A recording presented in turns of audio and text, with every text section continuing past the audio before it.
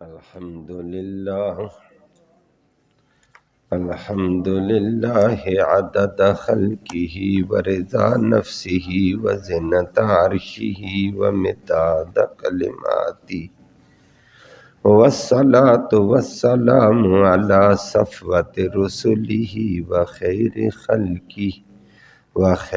خلقہ محمد وآلہ وصحبہ اما بعد فاعوذ باللہ من الشیطان الرجیم بسم اللہ الرحمن الرحیم ایود احدکم ان تکون له جنۃ من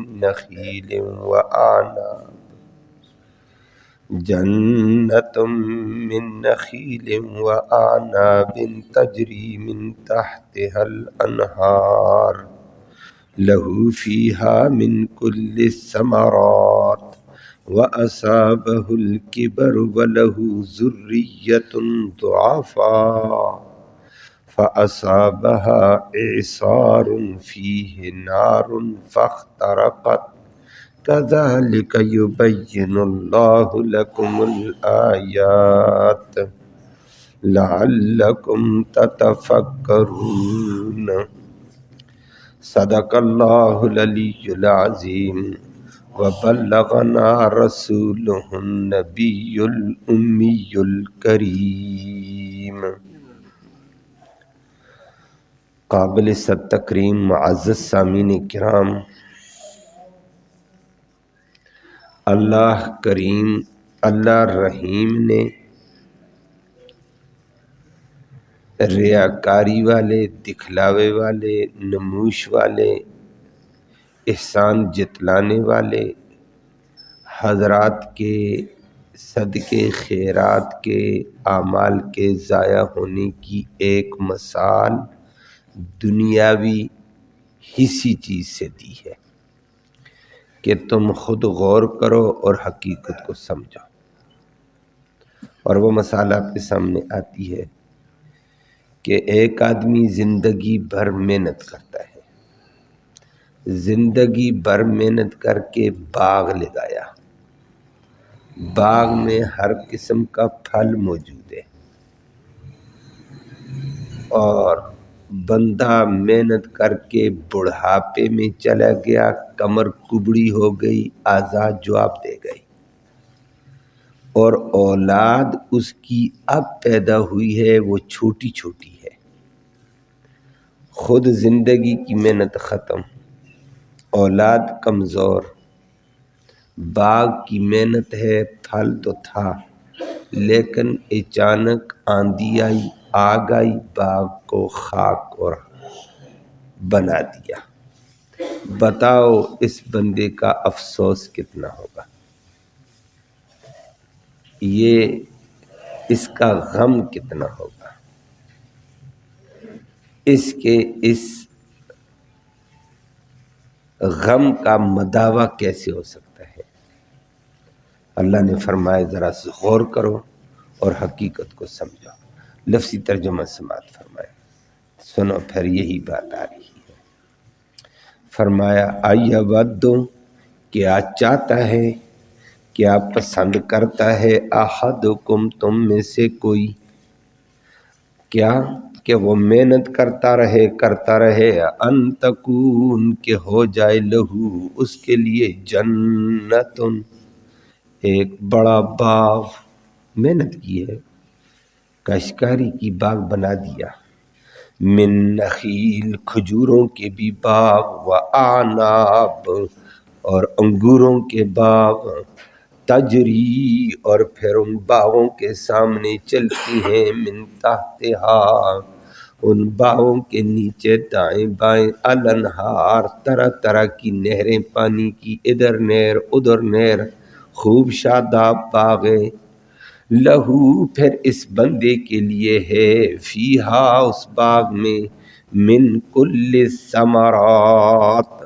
ہر قسم کا پھل، ہر قسم کا پھل موجود ہے، محنت ہے، وَأَصَاب اور پہنچ چکی ہے اس بندے کو الکبر بڑھاپا انتہائی، کمر کبڑی کر دی، وَلَهُ اور اس بندے کے لیے ہے ذریۃ اولاد ضعفاء کمزور نابالغ بچیاں بچے چھوٹے، یہی اس کا بھاگ تھا بیچارے کا، پھر اس کا بھی اس کی اولاد کا، فَأَصَابَ پھر پہنچ گیا اس ابا کو اعصار آندھی، بگولا، ہوا کا بگولا ایک ہوتا ہے، کیسا بگولا؟ تیز ہوا چلتی، فیہ النار اس بگولے آگ کے بگولے میں تھی آگ، ہوا کے بگولے میں، فاحترقت اس نے پھر جلا کے راہ کر دیا سب باغ۔ اب بتاؤ اس آدمی کا افسوس کتنا، محنت کتنی ضائع۔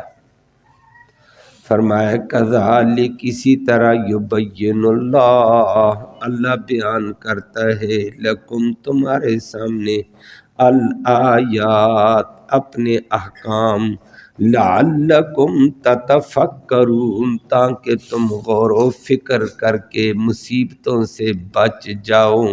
اللہ ہم سب کو بچنے کی توفیق نصیب فرمائے۔ اس رکوع میں آپ کے سامنے گزرا تھا 5-6 درسوں میں، اللہ نے مال خرچ کرنے کے احکام بیان کیے تھے، اور آج مال کے بارے میں، صدقے کے بارے میں، خیرات کے بارے میں، نیک عمل کے بارے میں ضائع ہونے والی صورت کو بیان فرمایا کہ انسان جتنا بھی صدقہ کرتا ہے، جتنی بھی خیراتیں کرے، جتنے بھی مال کو لگائے، جتنا بھی نیکیاں کرے، جتنے بھی نمازیں روزے کرتا رہے، زکوٰۃیں دیتا رہے، لیکن فرمایا ریاکاری سے بچو، دکھلاوا سب کو بہا کر لے جائے گا، تمہارا دامن خالی ہے، محنت ضائع۔ اللہ ہم سب کو محفوظ فرمائے۔ نموش سے بچو، نموش ساری محنت کو تباہ کر دے گی، دامن خالی۔ اور دکھلاوا ہو، نموش ہو، اس کے علاوہ آپ نے سنا احسان نہ جتلانا، احسان سب کچھ کو تباہ کر دے گا۔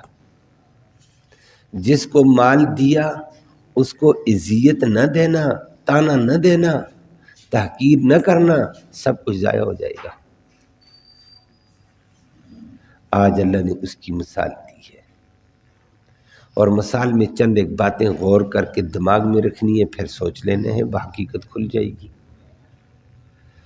اللہ فرماتے ہیں تم میں سے کوئی ایسی کیفیت پسند کرے گا، یقیناً کوئی بھی نہیں کرے گا، کہ ایک بندہ جوانی میں آیا، جوانی اور شباب کو پہنچا، تو جوانی اور شباب محنت کراتی ہے آدمی سے۔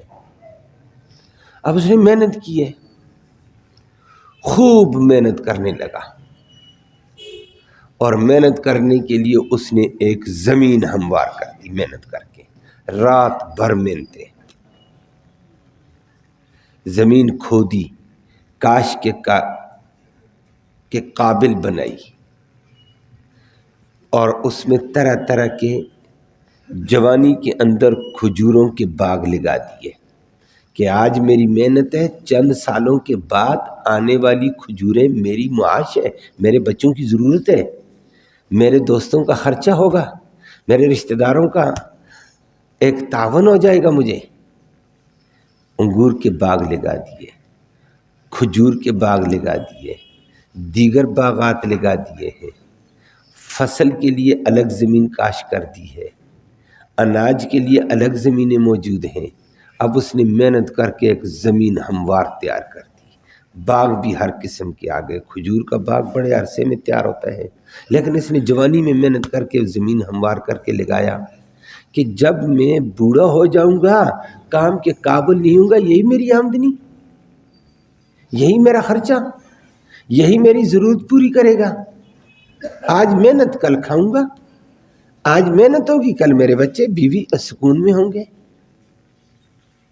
اب اس نے محنت کی ہے، خوب محنت کی ہے، باغ ہر قسم کے لگ گئے، اناج لگ گیا، غلہ لگ گیا، پھل پھول آ گیا۔ اللہ نے اس کا ذکر کیا، ایود احدکم، تم میں سے یہ کوئی چاہت رکھے گا؟ وہ کیا چاہت جی؟ ان تکون لہو جنتن، تنوین تعظیم کی، اس کے لیے بڑا باغ بن گیا ہو محنت کے ذریعے سے، من نخیل، باغ میں پھر کھجوریں بھی ہیں، وہ آناب، انگور بھی لگا دیے اس نے، تجری من تحت الانہار، اور اس کے نیچے طرح طرح کی نہریں، پانی کی ادھر نہر جا رہی ہے، ادھر نہر جا رہی ہے، ادھر سبزیوں کو نہر لگ رہی ہے، ادھر باغوں کو نہر جا رہی ہے، ادھر فصل کو نہر لگ رہی ہے، طرح طرح کی نہریں بھی جا رہی ہیں۔ اور لہو فیہا من کل الثمرات، اور محنت کے بعد آج اس باغ میں ہر قسم کا پھل بھی آ گیا، انگور اپنا پھل لے کر آ گیا، اور کھجوریں اپنا پھل لے کر آ گئی، مالٹے اور آم کے درخت بڑے ہو کر وہ اپنا پھل دینے کو تیار نظر آتے ہیں،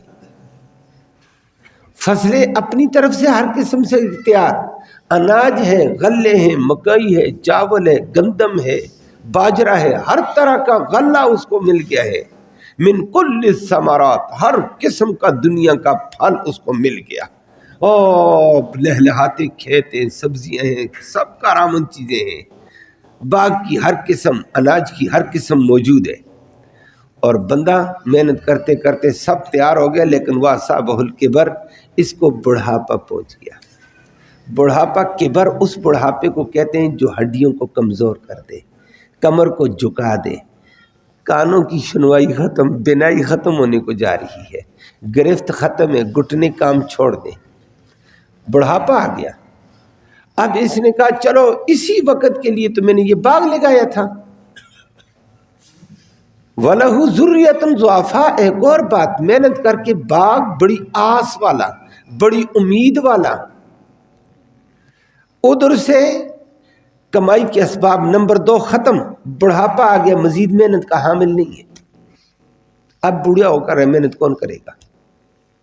نمبر 2، پھر چلو میں بوڑھا ہو گیا ہوں، پیچھے اولاد کچھ نہ کچھ کر لے گی، جوان ہو گئی، فرمایا نہیں ہوئی ہے، جوان اولاد بھی نہیں، وَلَهُ ذُرِّيَّةٌ ضُعَفَاء، اولاد بھی کمزور ہے، نابالغ بچے وہ محنت کے قابل نہیں ہے، تو اپنا بوجھ اس کے سر، اولاد کا بوجھ اس کے سر، بیوی کا بوجھ اس کے سر، ایک باغ امید والا ہے جو اس کے لیے بھی ہے، اس کی بیوی بچوں کے لیے بھی ہے، رشتہ داروں کے لیے بھی ہے، مہمانوں کے لیے بھی ہے، سب کچھ ہے، یہی باغ پہ نظر لگی ہوئی تھی، اور یہ کہتا ہے میری یہ محنت میرے اتنے سالوں کی محنت ہے، جوانی سے لے کر بڑھاپے کی زندگی، 15 سال جوانی کو چڑھا تھا، 15 سال کی عمر میں محنت کی ہے، آج میں 80 سال کا بوڑھا ہو چکا ہوں، یہ سب محنت اب عیاں نظر آتی ہے، اب آرام سے کھا لوں گا، بچے کھا لیں گے، بڑی امید تھی،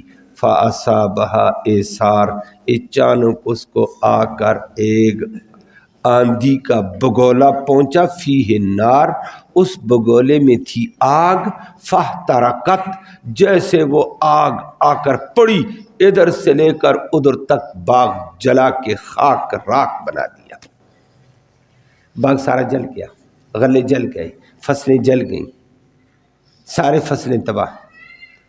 اب فرمایا آپ اندازہ لگائیں اس بندے کا غم کتنا ہوگا۔ اب مزید جوانی بھی نہیں کہ کماؤں، ختم ہوگی جوانی، کمانے کا دور ہی ختم، پیچھے کوئی سلسلہ اولاد کا ہو کہ ان کی طرف سے کوئی تعاون ملے، وہ بھی نہیں، اور جو چیز میری محنت والی تھی وہ اس میں سے کچھ مجھے نظر آئے، محنت بھی ساری ضائع، محنت والی زندگی بھی ضائع، محنت بھی ضائع، پیچھے اولاد ایک تھی وہ بھی کمزور، بلکہ الٹا بوجھ کہ اب اولاد کہاں سے کھائے، بیوی کہاں سے کھائے، میں کہاں سے کھاؤں، سب ختم، محنت والی عمر ختم، محنت ختم،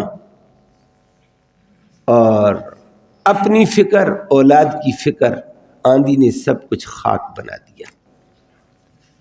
فرمایا دیکھو اس آدمی کا دکھ کیا ہوگا، اور اس کی پریشانی کتنی ہوگی. فرمایا اسی سے بات کو سمجھو.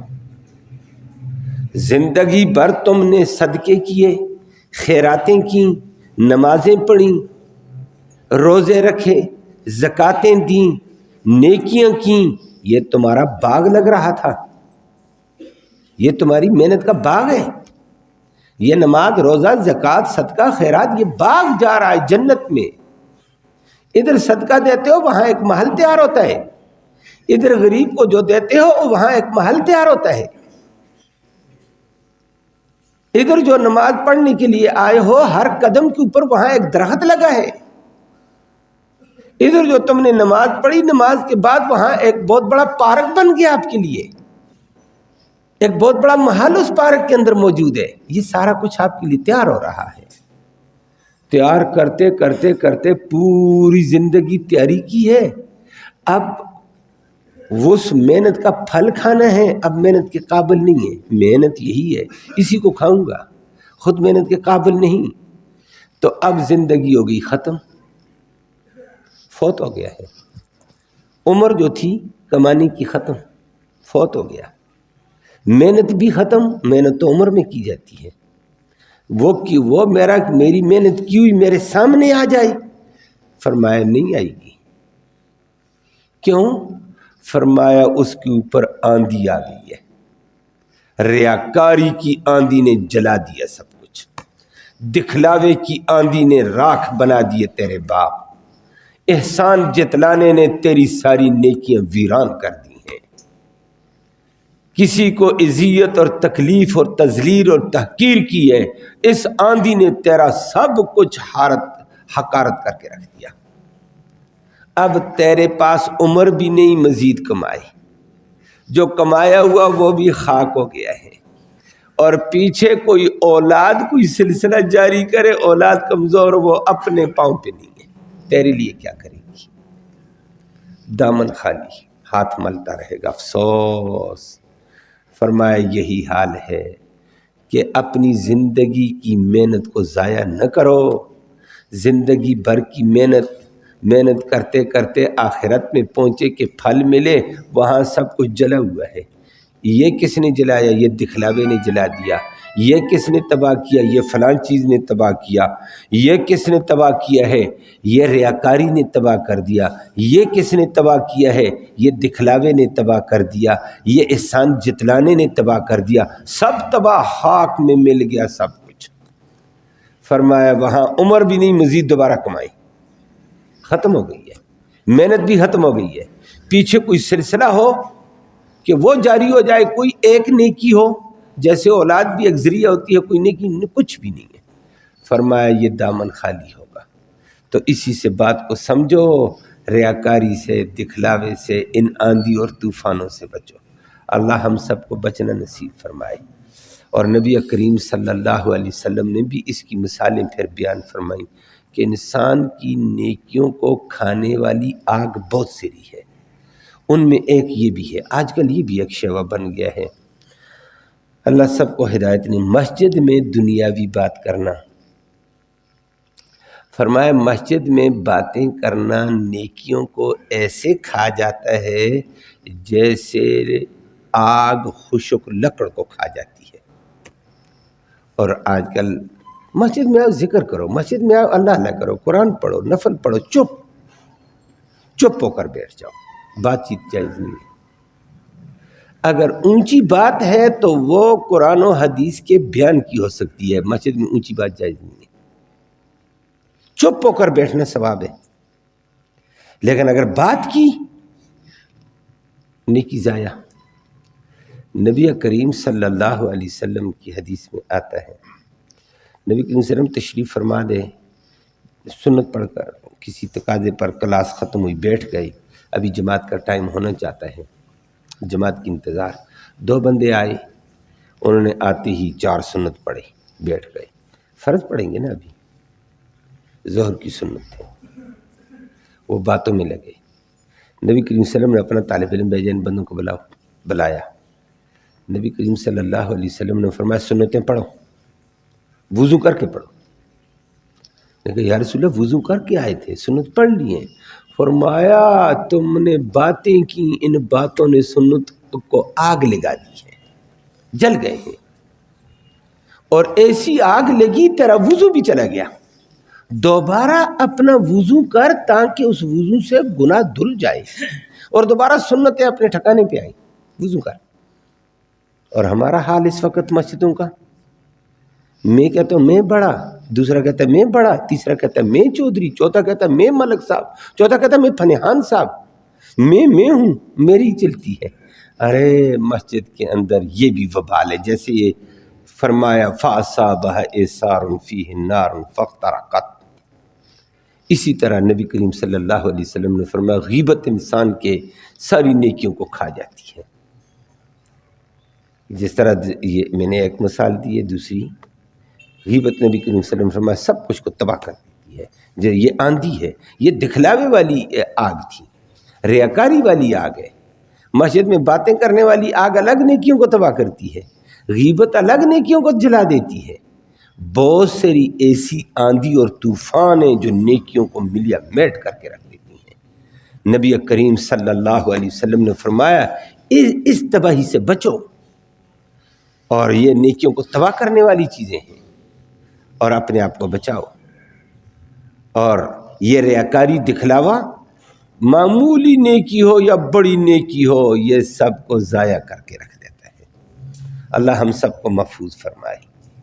دکھلاوا نہ ہو، اللہ کی رضا کے لیے کام کرو جو کرتے ہو، باقی پھر اگلا دیکھ لیتا ہے کبھی کبھی اور اکرام کرتا ہے، یہ بندہ ٹھیک ہے، نیک ہے، نمازی ہے، یہ کرتا ہے، صدقے کرتا ہے، خیرات کرتا ہے، وہ بعض چیزیں اللہ کی طرف سے اگلے کے دماغ میں اللہ ظاہر کروا دیتا ہے تاکہ اس کی عزت بن جائے، وہ اللہ نقد بدلہ دیتے ہیں، وہ اس کی الگ بات ہے۔